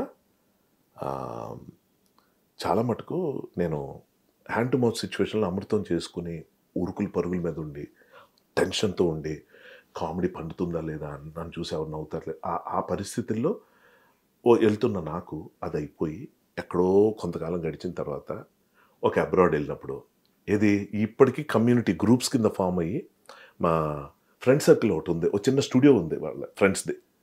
అందులో ఒక 50 మంది గ్యాదర్ అయ్యి అమృత ఎపిసోడ్స్ పెట్టుకొని చూస్తారు, ఒక చిన్న కాక్టైల్ పార్టీ పెట్టుకొని. నేను వెళ్తే స్టాండింగ్ ఓవేషన్ చప్పట్లు కొడుతుంటారు. నాకు అర్థం కాదు నేనేం చేశాను ఇందులో. యాక్చువల్ గంగరాజ్ గారికి మొత్తం క్రెడిట్ వెళ్ళాలి, వీళ్ళు కాదనరు, కానీ గుర్తింపు యాక్టర్కి వస్తుంది. తప్పదు, ఇన్ఎవిటబుల్గా. నేనేమంటానంటే దాన్ని గ్రాంటెడ్గా తీసేసుకోవద్దు. నేను కాబట్టి సరే కాదు, శివాజీ రాజా గారు, నరేష్ గారి కన్నా మనకే ఎందుకు అది ఓవర్ యాక్షన్ కాదు. నీకు మంచి స్క్రిప్ట్లు పడ్డదే నువ్వు చేసింది తప్ప అంటే నీకు సక్సెస్ రాకూడదా? చూడండి అన్న, పొరపాటున యావరేజ్ అయితే కొంతమంది ఈ upcoming so called strugglers, heroes, whatever you call them, or heroes కాదు ఎవరైనా, పొరపాటున వాళ్ళకి యావరేజ్ వస్తే వాళ్ళని తట్టుకోలేము. బలివాళ్ళగా ఉన్నావు. ఇప్పుడు మేము మీడియావే అనుభవిస్తున్న విషయం అది. కొంత చిన్న నేను అదే అనుకుంటాను వాళ్ళని చూసినప్పుడు, మరి చిరంజీవి గారు ఎలా బిహేవ్ చేయాలి కదా. ఈ రోజుకి చిరంజీవి గారితో కూర్చుంటే మొన్న మాట అడిగిసానే, ఏమండి మీరు మా చిరంజీవి గారేనా అన్న. అదేంటి అన్నారు. కాదు సార్, అప్పటి నుంచి చూసి వచ్చిన మనిషి వాళ్ళు నన్ను కూర్చోబెట్టుకుంటాం తీరేంటే మాట్లాడుతుంది, నన్నే కాదు ఎవరెళ్ళినా ఆయనకి నెగిటివ్ అనిపించకపోతే ఆ మనిషితో నెగిటివ్ ఓవర్ యాక్షన్ కలిగి ఉంటారు కదా. కరెక్ట్. కొంచెం చనువిస్తే అనయ్య ఏంటనయ్య ఎలా ఉన్నావు నువ్వు, ఆ ఏకవచనం వచ్చేసి కొంచెం అన్న మా వాళ్ళతో మాట్లాడన్నా, ఇవన్నీ ఉంటాయి. వాళ్ళకి అక్కడ ఆవిడ దూరం నుంచి అర్థమైపోతాయి ఈయన ఎక్కడ ఉంచాలని. సో నేను కూర్చున్నప్పుడు సార్ ఎలాగ ఈ సింప్లిసిటీ మీరు మెయింటైన్ చేస్తున్నారు? ఎందుకంటే నేను స్ట్రగులర్స్ని చూసా. నేను హీరోని అవుదాం అని రాలేదు కాబట్టి నేను కొంచెం దూరంగా ఉన్నాను, కానీ స్ట్రగులర్స్ని చూసా, కింద మీద పడిన వాళ్ళు చూసా, దక్కాముక్కి తిన్న వాళ్ళు చూసా. నితిన్ అంటే నాకు అందుకే ఇష్టం. ఎందుకంటే 13 ఫ్లాప్లు ఏంటన్నా వరుసగా, ఎలా తట్టుకున్నాడు వాళ్ళ ఫాదరు. ఎంత ఎంకరేజ్మెంట్ ఇవ్వాలి. మనం 10 హిట్లు కొడుతున్న హీరోలు ఒక్క ఫ్లాప్ వస్తేనే ఉడికిపోతారే ఎందుకు? అందుకే కదా ఫ్యాన్స్ నచ్చే సినిమాలే చేస్తూ ఉంటారు స్టార్లు అందరూ. అవును. ఎందుకు ఫ్లాప్ అయితే తట్టుకోలేవు. అరే 10, 20, 30, 50, 100 సినిమాలు తీసినా కూడా ఎంత భయపడుతుంటే ఒక ఎక్స్పెరిమెంట్ పోతే ఏముంది, కనీసం ఒక మంచి ఎక్స్పెరిమెంట్ చేసినట్టు ఉంటుంది కదా. కరెక్ట్. ఇప్పుడు చిన్నోడు ఎటు చేయలేడు, పెద్దోడు కూడా చెప్పితే కొత్త సినిమా ఎక్కడి నుంచి వస్తుంది?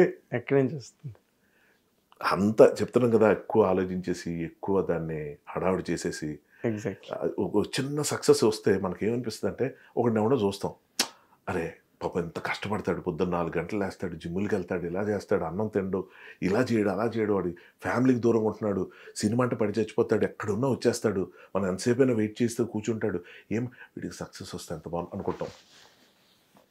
సక్సెస్ మనం ఊహించింది రాకపోగా బిలో యావరేజ్ వచ్చింది ఫర్ ఎగ్జాంపుల్, అంతే. అవును అక్కడి నుంచి మొదలవుతాయి. మొత్తం ట్రీట్మెంట్ మారిపోద్ది, ఆ నవ్వు చేస్తుంటది. అరే ఇందుకే కదా రావట్లేదు అంటే నేను కావాలనుకుంటుంది దొరకపోవడం కారణం అది. ఎగ్జాక్ట్లీ, నాకు అర్థమైంది. ఇప్పుడు ఈ ప్రయాణంలో అన్న నీకు అంత పెద్ద బెటర్ మూమెంట్స్ ఎక్కడ ఉన్నట్టుగా నువ్వు నిన్ను రికలెక్ట్ చేసుకుని చెప్పమని అడిగితే వన్ మోస్ట్ బెటర్ మూమెంట్ ఏదో అంటే దేనికి సంబంధించి నీ ప్రయాణంలో, లేదా ఒక గ్లోరియస్ మూమెంట్ లైఫ్లో చెప్పుకోవాలి అని చెప్పవలసి వస్తే ఏం చెప్తావు హర్ష? నన్ను క్షమిస్తానంటే విషయం చెప్తా. మీరు కానీ కెమెరా ఆఫ్ చేయకపోతే నేను చెప్పుతూనే ఉంటా. మీకు బోర్ కొట్టి ఏంటి ఇవి కూడా చెప్తున్నాడు అనుకోవాలి తప్ప. ఎందుకంటే దానికి ఒకటే కారణం, ప్రతిరోజు ఎంజాయ్ చేస్తున్నానన్నా.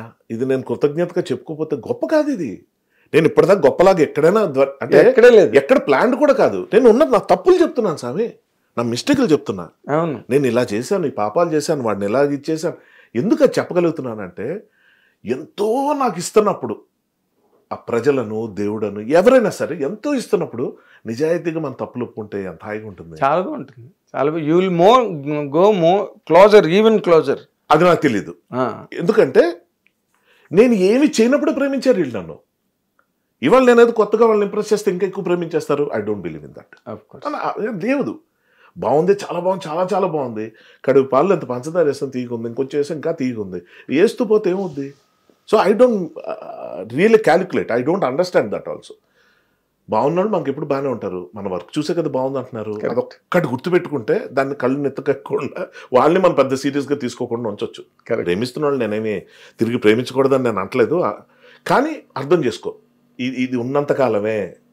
లైట్ నీ మీద పడుతున్నప్పుడే నువ్వు కనిపిస్తావు, లైట్ లేకపోతే నేను గుద్దుకుంటూ వెళ్ళిపోతారు. అదే కదా Chaplin lime light. Lime light, right right, Chaplin lime light. Naresh గారు మెడ్రాస్ లో ఇంటికి కూడా లైమ్ లైట్ అని పెట్టుకున్నాడు ఆయన. అది అప్పుడు మేము ఆ ఇంటికి గృహ ప్రవేశానికి గట్రా నేను వెళ్ళా. ఇప్పుడు నాకు ఆయన సీక్రెట్ అర్థమైంది. ఆయన చూడండి అన్న, ఇన్ని వేల కోట్లకు అధిపతి, ఎక్కడ ఆ బేషిజాలు గానీ చాలా down to earth, sweetest person. ఆయనతో మాట్లాడే ప్రతి ఒక్కడు ఆయనతో లవ్ లో పడిపోతారు. అంత బాగా ఎక్స్ట్రా ట్రీట్మెంట్ ఏముండదు, మామూలుగా జనరల్ గా ఉంటాడు. And you love him always. అవును, అలాగా మనం ఎప్పుడైనా లవ్ చేసేటట్టుగా ఎప్పుడూ ఉండగలడు. కరెక్ట్, అది కష్టం మనిషికి, ఎప్పుడూ ఉండగలడు. కానీ నువ్వు అనుకోకుండా రైటర్ అయ్యావు, అనుకోకుండా సక్సెస్ఫుల్ రైటర్ అయ్యావు, అనుకోకుండా పెద్ద చిత్రాల రైటర్ అయ్యావు, నటుడు అయ్యావు, అన్నీ అయ్యావు. అసలు బేసిక్ నీ ఐడెంటిటీ ఏంటి? బేసిక్ నీ ఐడెంటిటీ మ్యూజిక్. ఏది నీ డ్రీమ్. అయితే నేను ముందు డ్రీమ్ అని పక్కన పెట్టి నువ్వు అన్నదాన్ని నేను అడుగుతా, నీ బేసిక్ ఐడెంటిటీ ఏంటి హర్ష? నేను రైటర్, నటుడు, ఏది ఎంజాయ్ చేస్తున్నావు బాగా? లైఫ్ అన్నా, లైఫ్ అంటే అన్నీ వచ్చేస్తాయి అప్పుడు. నేనే, నాకు సినిమా ప్రాణం, నేను సినిమాని బతుకుతా. I dream cinema, I live cinema. నేను ఆ కేటగిరీ కాదు. సినిమా నా జీవితంలో భాగం. సినిమా కాకుండా నేను చేసే పనులు చాలా ఉంటాయి. కొన్ని మీకు నచ్చవచ్చు, కొన్ని మీకు నచ్చవచ్చు, కొన్ని మీకు చెప్పొచ్చు, కొన్ని చెప్పకపోవచ్చు. కానీ ఫుల్ ఎంటర్టైన్మెంట్, కాన్స్టెంట్గా లైఫ్ని ఎంజాయ్ చేయడానికి ఏమేమి చేయాలో అవన్నీ చేస్తూ ఉంటా. అందులో సినిమా ఒకటి. సినిమాకి సంబంధించి నువ్వు అందులో యాక్టర్వా, రైటర్వా, డైరెక్టర్వా, ఇంకోట, లేదా మ్యూజిక్, వాట్ ఎవర్ ఏదైనా అంటే నేను ఒకటి చెప్తా ప్రేక్షకుడిని, ఇంకా నేను అక్కడే ఉన్నా, అక్కడే ఉంటా, ఎప్పటికైనా అక్కడే ఉంటా. ప్రేక్షకుడిగా ఉన్నప్పుడు నాకు ఏ ప్రాబ్లం లేదు. ఎవరు హీరో అయినా నా ప్రాబ్లం లేదు, ఎవరు ఫెయిల్ అయినా ప్రాబ్లం లేదు, ఎవరు హిట్ అయినా ప్రాబ్లం లేదు. నేను చూసి ఎంజాయ్ చేస్తా. నాకేంటంటే ఎక్కడో సాక్రిఫైస్ ఫ్యామిలీ కోసమో ఇంట్లో వాళ్ళ కోసం చేసేసి మీలాగో జర్నలిస్ట్ అయిపోయో యాక్టింగ్ని పక్కన పెట్టేసి టోటల్గా, అదే ఎందుకు చెప్తున్నాను మీకు అర్థమైంది. అంటే మీ రీజన్స్ మీకు ఉంటే తప్పుగా మాట్లాడడం కాదు, యూఆర్ వెరీ హ్యాపీ. కానీ ప్యాషన్ పక్కన పెట్టి ఒక మంచి డాన్సర్, ఇందాక సంపత్ కుమార్ గారు మాట్లాడుకున్నారు, వాళ్ళ అబ్బాయి గోపి ఉన్నాడు. గోపి గాడు వండర్ఫుల్ క్లాసికల్ డాన్సర్. ఆ రోజుల్లో మాకు పెద్ద సర్ప్రైజ్, స్కూల్ యాన్యువల్ డే రోజున వాడు ఆభరణాలు అవన్నీ వేసుకొస్తే ఏంట్రా గోపిగాడు ఎలా తయారయ్యాడంటే చేశాడు అన్న డాన్స్. వాడికి యాక్టింగ్ అంటే విపరీతమైన ఇష్టం. కానీ వాడు తర్వాత పోలీస్ డిపార్ట్మెంట్లోకి వెళ్ళిపోయి classical dancer, police officer enter అనేవాడిని. ఇప్పుడు వాడు యూఎస్ వెళ్ళిపోయి ఎక్కడో ఉన్నాడు. అంటే ఏంటి, స్ట్రగుల్ ఫర్ ఎగ్జిస్టెన్స్, లైఫ్ ఎత్తుక్కొని నేనేంటి, నా పిల్లలు ఏంటి, నా ఫ్యామిలీ ఏంటి అన్న దాంట్లో వదిలేసి వెళ్ళిపోతారు చూడండి. ఆ టోటల్గా వదిలేసి పక్క వెళ్ళిపోతారు కదా, అది మాత్రం చేయకూడదని నా ఫీలింగ్ అంతే. నేను అది చెయ్యకుండా ఇదే రంగంలో ఉండే నేను పోరాడుతుకోదు పెద్ద మాట కాదు, పెద్ద మాట, ప్రాకులాడుతున్నా. నాకు ఆత్రం, నాకు తపన. పాకులాడడం కూడా నువ్వు ఊరికే అంటే చాలా you're too humble to say that పాకులాడుతున్నానని నీకు కలిసి వస్తుంది. అది నా అదృష్టం, నా సక్సెస్ కారణం. అది సక్సెస్ అన్నది కూడా నేను అన్ను. కలిసి రావడం దేనికన్నా అంటే for the extension of things from stage to stage the developments are carrying you forward. Correct, అదే సక్సెస్ కదా. దాన్ని నువ్వు మ్యాచ్ చేయగలుగుతున్నావు. మ్యాచ్ ఎందుకు చేయగలుగుతున్నానంటే ఇక్కడ నా కష్టం ఉంది. ఏంటి అంటే నేను యాక్ట్ చేయడానికి ఆఫర్లు తెచ్చుకోవడానికి కాదు, నేను నా పర్సనల్ లైఫ్ని వేరే విధంగా లీడ్ చేయకుండా ఫ్యామిలీ రెస్పాన్సిబిలిటీస్ లేకపోతే ఇంకో ప్రాపర్టీ రెస్పాన్సిబిలిటీస్ ఇంకో ఇష్యూస్ ఇంకోటో పెట్టుకొని నేను ఎక్కడికో బతకడానికి ఇది మనకు కరెక్ట్ కాదు అని యాక్టింగ్లు మధ్యలో వదిలేసి వెళ్ళిపోయిన వాళ్ళు ఎంతమంది నేను చూసాను. అవును, నాకు తెలుసు. నాకు కేవలం ఆ ట్యాగులు లేవు కాబట్టి, ఆ వద్దనుకున్నాను కాబట్టి ఇది నేను చేసిన పని. ఈ విషయంలో నేను సక్సెస్ఫుల్గా కొన్ని వద్దనుకున్నాను. అది నువ్వు నీ సక్సెస్ ప్రధానమైన సక్సెస్. అది కారణం ఏది నిన్ను ఏది ప్రభావితం చేయకుండా కేవలం సినిమాకి మాత్రమే నిన్ను నువ్వు అంటబెట్టుకుని కూర్చున్నావు చూడు.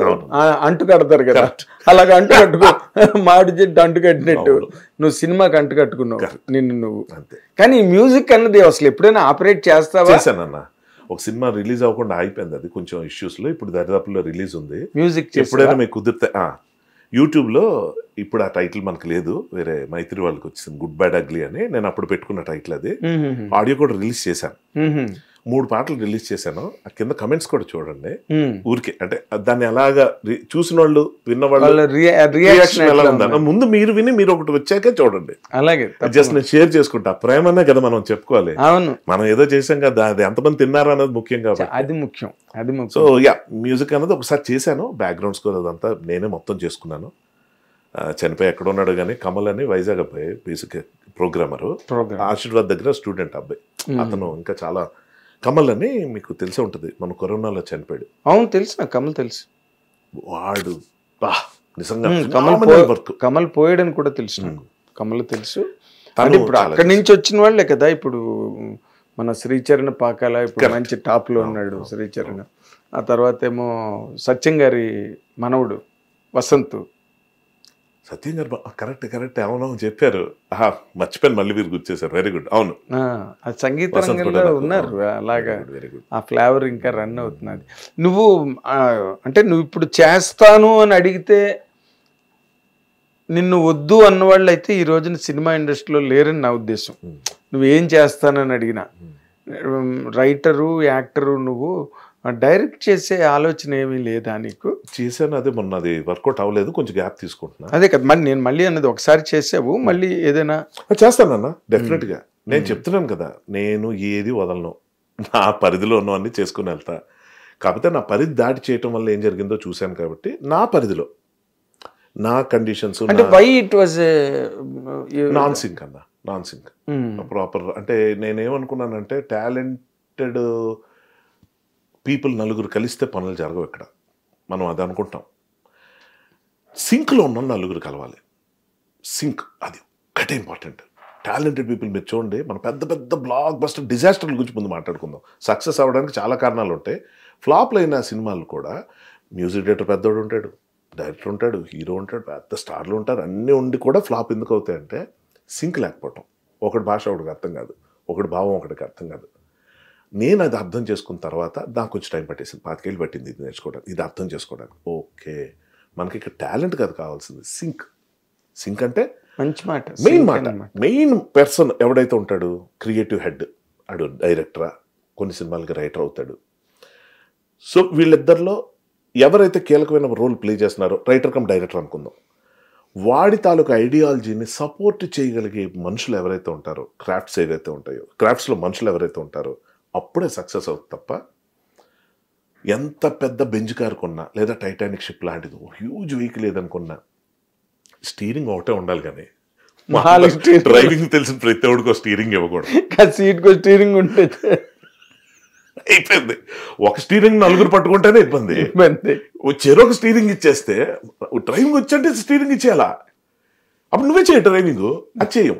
ఇలాంటివి సో కొన్ని ఇప్పుడు అంతమంది డ్రైవ్ చేశారు మొత్తం నీ కారు.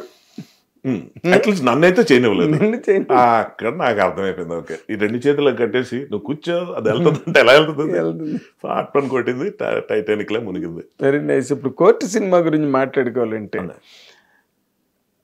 అది పోస్కో చట్టం అంటే అభిలాష తర్వాత ఒక చట్టం అనే దాన్ని కథాంశంగా తీసుకుని చేసిన సినిమా ఇది.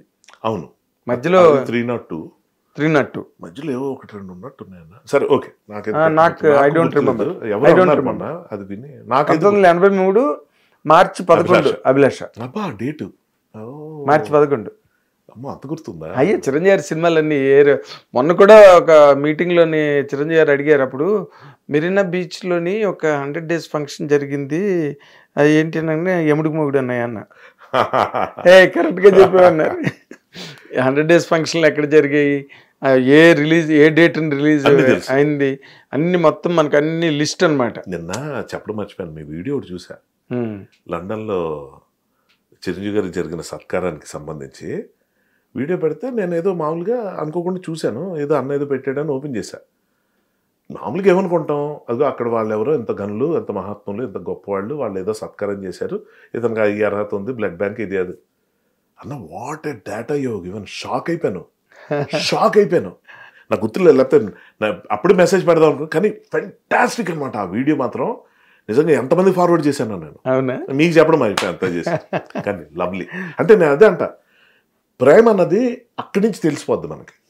అవును, అది మనం ఇప్పుడు హౌస్ ఆఫ్ కామన్స్ అంటే ఏంటో అనుకోవచ్చు కదా, వీళ్ళు చాలా మందికి తెలియకపోవచ్చు కదా, అది మామూలుది కాదు. అది ఎప్పుడు ఎన్ని పోరాటాలు, విప్లవాలు, రాచరిక వ్యవస్థ, ఫ్యూడల్ సిస్టమ్, ఫోటోలు కూడా పెట్టారు. మరి ఫ్యూడల్ సిస్టమ్ ఉన్న టైంలో ట్యాక్స్ అండ్ లెజిస్లేషన్ మీద కామన్ పీపుల్ అతి తీవ్రమైన అరాచకానికి గురై బలైపోతున్న రోజుల్లో ఈ హౌస్ ఆఫ్ కామన్స్ అన్న వాళ్ళు చిన్న విప్లవం పట్టుకొచ్చి మాకు కూడా అందులో ఒక చిన్న స్థానం కావాలని చెప్పి మెల్లిగా దూరారు అందులోకి. ఆ పేరు ఎంత బాగుంది, హౌస్ ఆఫ్ కామన్స్.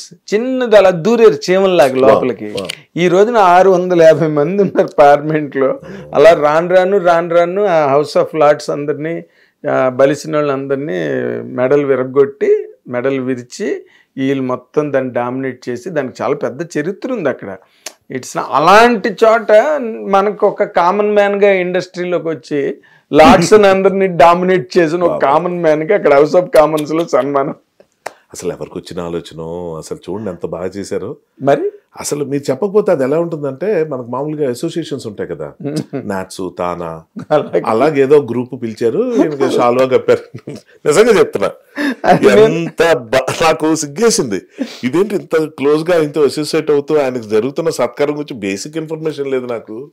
కొన్ని ప్రపంచంలో అన్ని తెలియక్కర్లా, ఇవి తెలియాలి కదా. నేను అందుకే చెప్పాను అనమాట, ఇదేదో మామూలుగా ఇక్కడ ఏదో మన వాళ్ళు అనుకుంటారు నోబెల్ వచ్చినా లాగించారు ఏదో మొత్తానికి అక్కడ వెళ్ళి అనే రోజులు వచ్చాయి. ఆస్కార్కి 80 లక్షలు ఖర్చు పెట్టారు. RRR ఆస్కార్ గురించి ఒక్కొక్కడు స్టోరీ చెప్తుంటాడు. 80 లక్షలకి ఆస్కార్ ఇచ్చేసారా? 8 కోట్ల మంది ఉన్నారు 80 లక్షలు ఖర్చు పెట్టడానికి. ప్రపంచం అంతా అన్నారు నాకు కూడా ఆస్కార్ కావాలంటే ఒక 8 కోట్లు ఇస్తాననే వాళ్ళు ఉన్నారు. అలాంటి వాళ్ళు మన వాళ్ళు. ఏ తెలుగువాడు ఎందుకు పనికిరాడని ప్రతి తెలుగువాడికి గట్టి నమ్మకం అని మొక్కపాటి నరసింహశాస్త్రి గారు రాశాడు ఎప్పుడో. మన వాళ్ళు ఒట్టి వెధవాలైన గురిజడపరారు ఎప్పుడు అన్నాడు. మన వాళ్ళు గొప్పతనం మన వాళ్ళు అంత సులభంగా ఒప్పుకోలేరు. అసలు నచ్చదు అనమాట ఒప్పుకోవడం. అది కర్మ ఏంటంటే వాడిని మెచ్చుకుంటే మనం తగ్గించుకున్నట్టు ఫీల్ అవుతారు. ఇప్పుడు నువ్వు ఇందాక అన్నావు చూసావా, ఇప్పుడు నువ్వు చూసావరా కోర్టు అంటే, చూసాను రా సూపర్ గా ఉంది, శివాజీ చాలా బాగా చేశాడు, సాయి కుమార్ బాగా చేశాడు, సుబ్బలక్ సుధాకర్ గారు ఏడిపించాడు. ఎప్పటికైనా కనీసం వీళ్ళందరి గురించి చెప్పేకైనా మన గురించి అంటాడేమో పోనీ అని ఓపిక్గా విన్నా, వాడు నీ గురించి అనట్లే. అర్థమైందా? అలాంటి వాళ్ళు మన తెలుగు వాళ్ళు. అందుకని నేను ఆ వీడియో ఎందుకు అంత స్పష్టంగా చేశానంటే, ఒరే ఇదిరా బాబు దాని చరిత్ర హౌస్ ఆఫ్ కామన్స్ అంటే తెలియని వాళ్ళకి చాలా మందికి తెలియచెప్దామని నా ప్రయత్నం అనమాట అది. మరి ఇలాగే తెలుగు వాళ్ళు అనుకుంటే అంటే ప్రేక్షకులు మళ్ళీ వేరేమో, ఇది అయిన వాళ్ళ దగ్గర ఈ గొడవ వస్తుందేమో. తెలుగు అయిన వాళ్ళని కాదు, ప్రేక్షకులు. అలాంటప్పుడు విపరీతంగా బ్రహ్మరథం పట్టే ఫ్యాన్స్ వాళ్ళు కూడా ఉంటారు కదన్నా. ఉంటారు. అప్పుడైతే తెలుగు వాళ్ళు వాళ్ళు ఎక్సెప్షన్. వాళ్ళు పైగా నీకు వాళ్ళు చిరంజీవి గారికి ఏదో అయిపోతున్నదని పొంగిపోతారు. చిరంజీవి అభిమానులు అమ్మో ఎక్కడో లండన్లోనంట, గ్రేట్ బ్రిటన్లోనంట, వాళ్ళు తెలిసినా తెలియపోయినా పొంగిపోతారు. తెలిసిన వాళ్ళు ఎప్రిషియేట్ చేస్తారు. అరే భలే ఫెంటాస్టిక్ మూమెంట్ రా ఇది, తెలుసుకుని కూడా చేస్తారు. తెలుసుకుని కూడా చేస్తారు. కొంతమంది తెలిసి తెలియని బాపతి ఉంటారు, వాళ్ళకి అసలు జిజ్ఞాస ఉండదు, వాళ్ళకి ఆర్గాన్ పనిచేయదు తెలుసుకోవాలన్నారు. వాళ్ళకి ఎలా ఉంటుందంటే ఇదేదో కొట్టేశారా అక్కడ, అంతా బాగా పరిచయాలు ఉన్నాయి కదా అంతా వరల్డ్ అంతాను అని చెప్పి మన వాళ్ళు అక్కడ లాగించారు అనుకుంటారు. కానీ అది వరల్డ్లోని ఏ హీరోకి జరగని పెద్ద సన్మానం అది. ఏ హీరోకి, ఏ లాంగ్వేజ్ హీరోకి ఇప్పటి వరకు వరల్డ్ లాంగ్వేజెస్లో ఎవరికి జరగలేదు అక్కడ, ఇప్పుడు అక్కడ జరుగుతున్నది. సో కోర్టు గురించి మాట్లాడుకుంటే నీ ప్రత్యేకమైన అనుభవం ఏంటి కోర్టులో? సక్సెస్ అంటే చేస్తున్న ప్రాసెస్లో నాకు కథగా విన్నప్పుడే నాకు రైటింగ్ అంటే చాలా ఇష్టం కదా. ఎవరైనా బాగా రాస్తూ కాదు, ఇప్పుడు నువ్వు యూఆర్ సక్సెస్ఫుల్. నేను నాగార్జున గారి స్టేజ్ మీద అన్నాడు కదా ఆ రోజున మనం సినిమాకి, it is not very easy. నేను ఇప్పటికీ మన రూబెన్స్ కనిపిస్తే, అనూప్ రూబెన్స్ కనిపిస్తే ఆ పాట గురించి అడుగుతుంటాను, అసలు నీకు ఎలాగొచ్చింది ఆ పాట ఐడియా, ఎలాగొచ్చింది కనిపించిన ఆ పాట, ఆ ట్యూనింగ్ రావడం చాలా కష్టం. ఇప్పుడు లవ్ సాంగ్ అంటే దానికి ఒక పారామీటర్ ఉంటుంది, ఒక ప్యాథస్ సాంగ్ అంటే ఒక పారామీటర్ ఉంటుంది. బట్ ఆ సాంగ్ ఎలాగొచ్చింది కానీ అడుగుతుంటాను నేను ఎప్పుడు. అలాగే నువ్వెలా రాయగలిగేవు ఆ సినిమా, అవన్నీ అదొక మ్యాజిక్ మనం ఉన్నది. అందుకే చిరంజీవి గారు ప్రత్యేకంగా నేను స్టేజ్ మీద మెచ్చుకున్నారు, నాగార్జున గారు మెచ్చుకున్నారు నేను స్టేజ్ మీద. So you're a celebrated writer, proved content నువ్వు.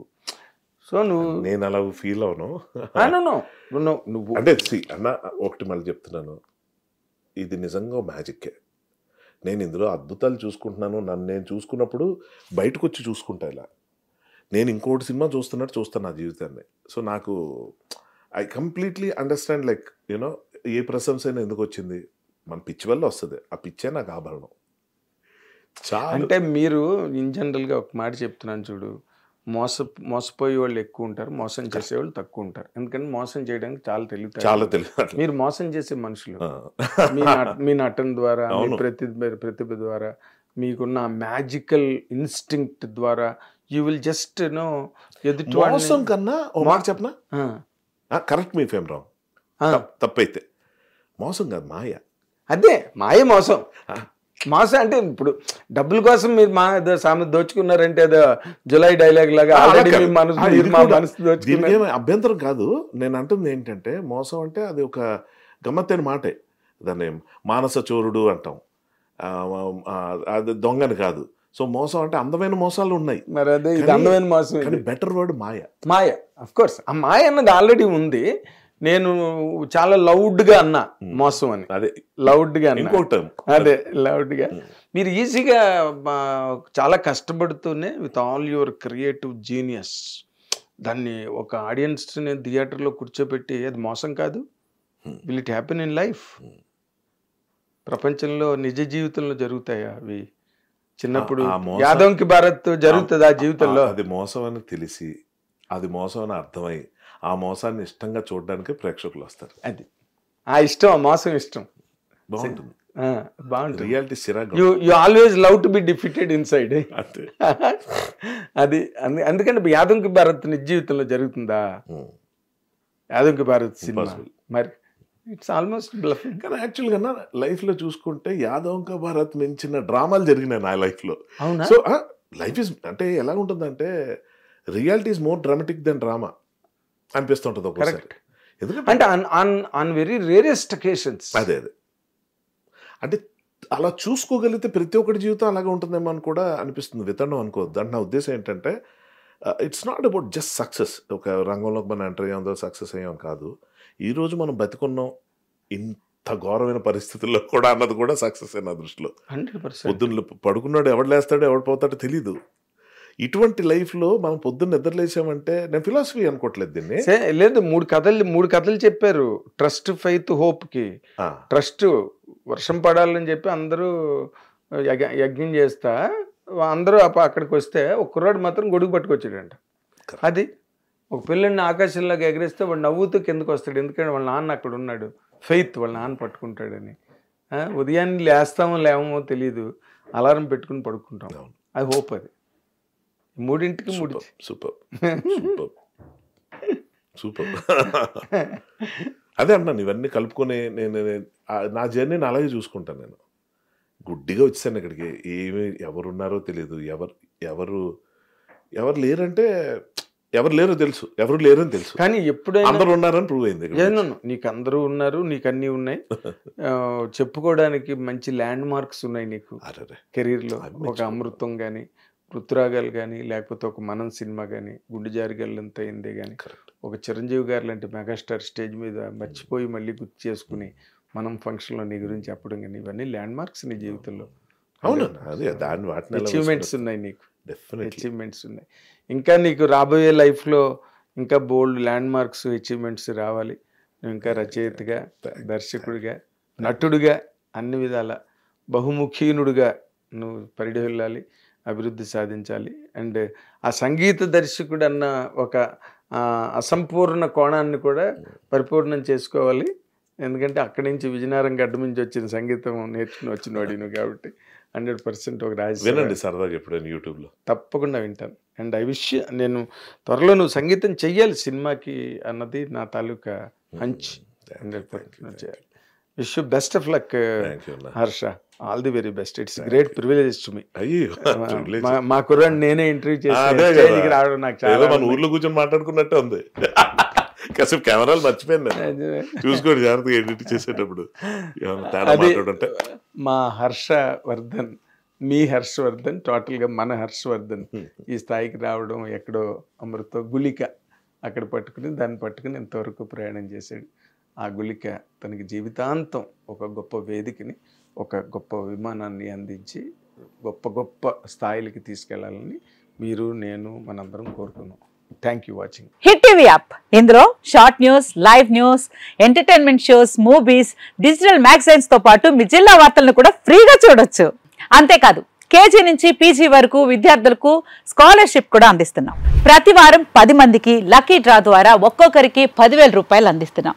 ఇంకెందుకు ఆలస్యం, వెంటనే హిట్ టీవీ యాప్ ని డౌన్లోడ్ చేసుకుని ఫ్రీగా ఎంటర్టైన్మెంట్ పొందండి. Hit TV app. Hit TV app. Please download hit TV app. Hit TV app ని ఫ్రీగా డౌన్లోడ్ చేసుకుని ఎంజాయ్ చేయండి. మీకు నచ్చిన ఎంటర్టైన్మెంట్ కోసం హిట్ టీవీ యాప్ ని ఫ్రీగా డౌన్లోడ్ చేసుకుని ఎంజాయ్ చేయండి. హిట్ టీవీ యాప్ ని డౌన్లోడ్ చేసుకుని ఆస్వాదించండి, ఆశీర్వదించండి. ఇంతమంది సెలబ్రిటీలు హిట్ టీవీ యాప్ ని డౌన్లోడ్ చేసుకోండి అని చెప్తున్నారంటే ఎంత మంచి యాప్ ఆలోచించండి.